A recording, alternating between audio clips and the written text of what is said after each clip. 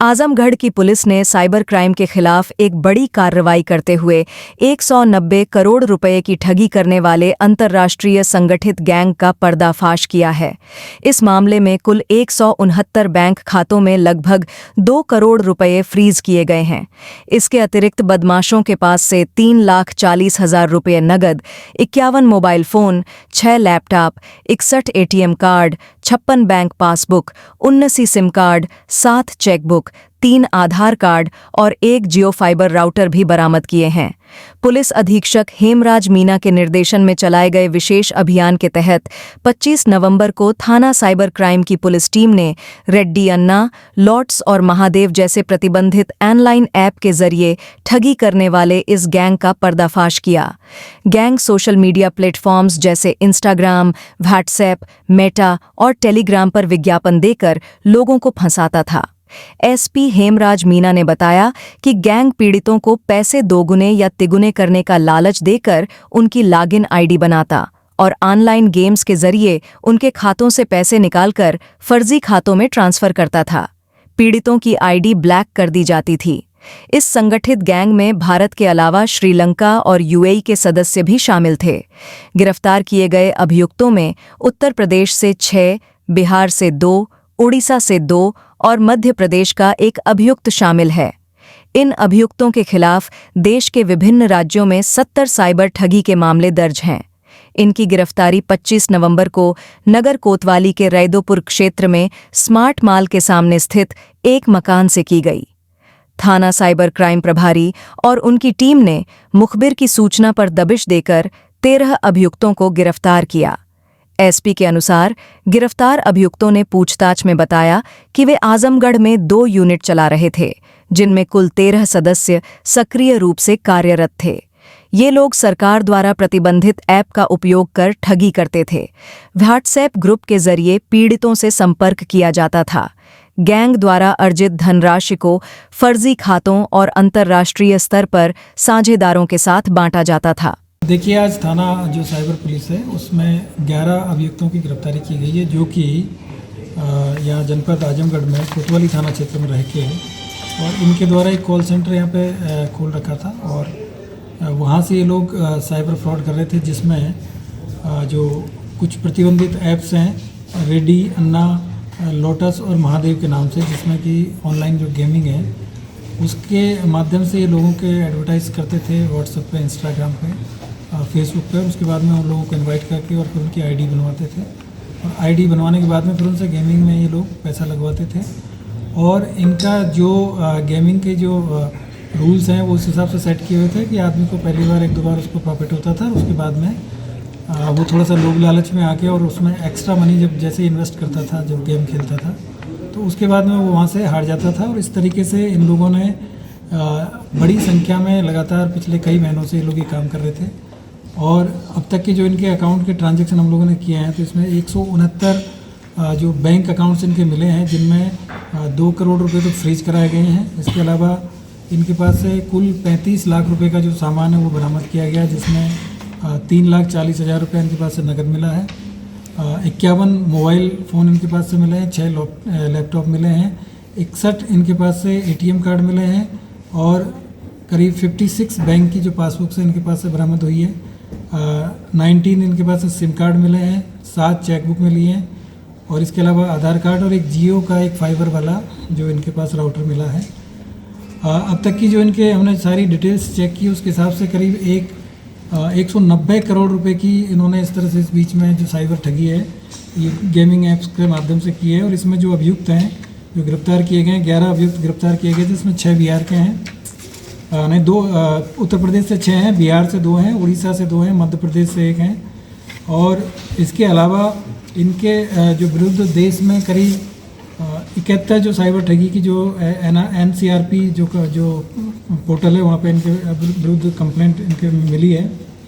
और ये जो लोग हैं 11 लोग हैं, इनमें एक राम सिंह नाम से है जो कि थाना कोठी भार जिला महाराजगंज के रहने वाले हैं उत्तर प्रदेश के। एक संदीप यादव है जो थाना अदलाहाट जिला मिर्ज़ापुर के रहने वाले हैं। एक विशाल दीप है, ये थाना के गांव जिला कालाहांडी उड़ीसा के रहने वाले हैं। एक अजय कुमार पाल हैं, ये थाना सिंगवलिया, जिला गोपालगंज, बिहार के रहने वाले हैं। एक आकाश यादव है, ये थाना चंदवक, जौनपुर के रहने वाले हैं। पंकज कुमार पांडे हैं, ये थाना बरगी, जिला मध्य प्रदेश के जबलपुर मध्य प्रदेश के रहने वाले हैं। प्रदीप छात्रिया हैं, ये थाना बंगो गुंडा, जिला ये बलांगीर, उड़ीसा के रहने वाले हैं। इसके अलावा विकास यादव है, ये थाना अदलाट, ये मिर्ज़ापुर के हैं। आनंदी कुमार यादव हैं, ये थाना कटोरिया, जिला बांका, बिहार के रहने वाले हैं। मिर्जा उमर बेग, ये थाना सरायमीर, जनपद आजमगढ़ के रहने वाले हैं। इसके अलावा एक अमित गुप्ता हैं, जो कि कोटिवार, जिला महाराजगंज के रहने वाले हैं। और इनके जो साथी हैं, 2 साथी इसमें वांछित भी किए गए हैं। एक विनय यादव हैं और एक सौरभ है, जो कि एक बनारस के रहने वाले हैं। और एक का भी एड्रेस हम लोगों ने आइडेंटिफाई इनका करना शेष है। इस तरीके से ये जो पूरा गैंग है, यहाँ इन्होंने जनपद आजमगढ़ में थाना कोतवाली क्षेत्र में एक व्यक्ति से पहले मकान यहाँ पे किराए पे लिया और उसमें उनको बोला कि हम लोग यहाँ पे कुछ ऑनलाइन क्लासेज लेते हैं। तो उस तरह से इन्होंने ऑनलाइन क्लासेज के नाम से यहाँ पे रूम किराए पे लिया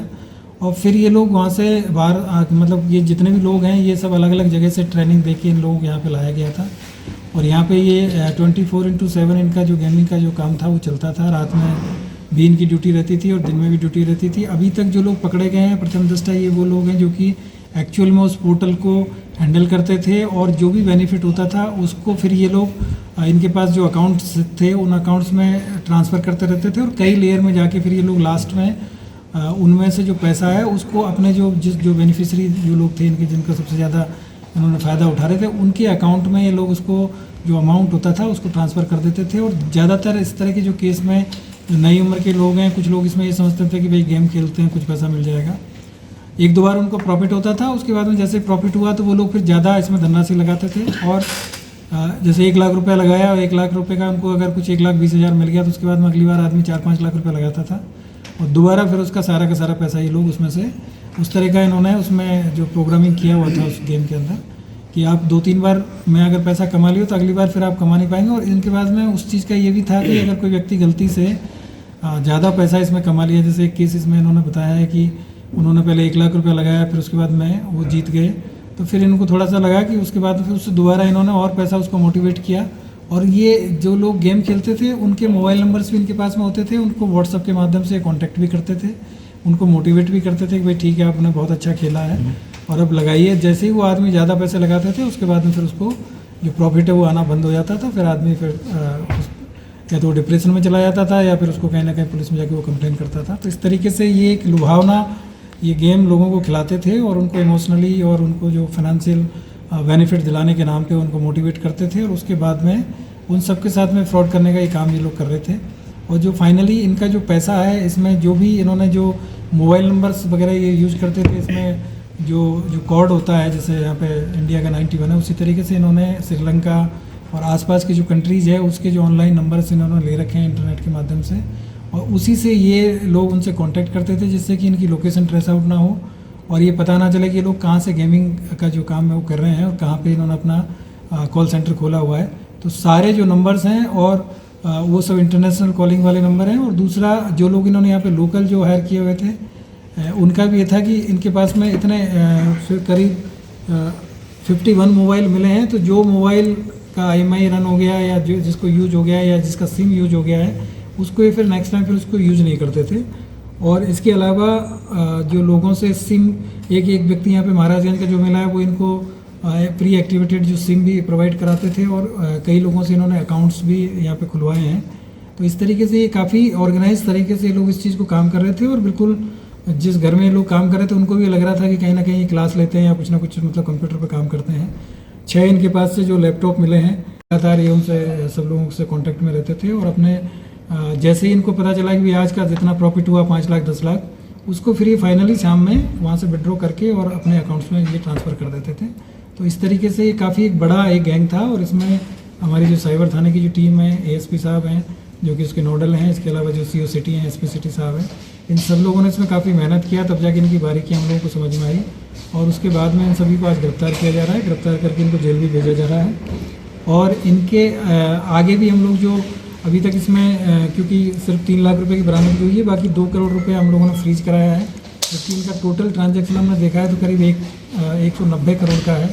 तो जो फाइनली जो लोग इसमें और आगे इनके जुड़े हुए हैं, जो लोग इनको ऑपरेट करते थे ऊपर लेवल से, उन सब पे भी हम लोग उनकी आइडेंटिफिकेशन कर रहे हैं,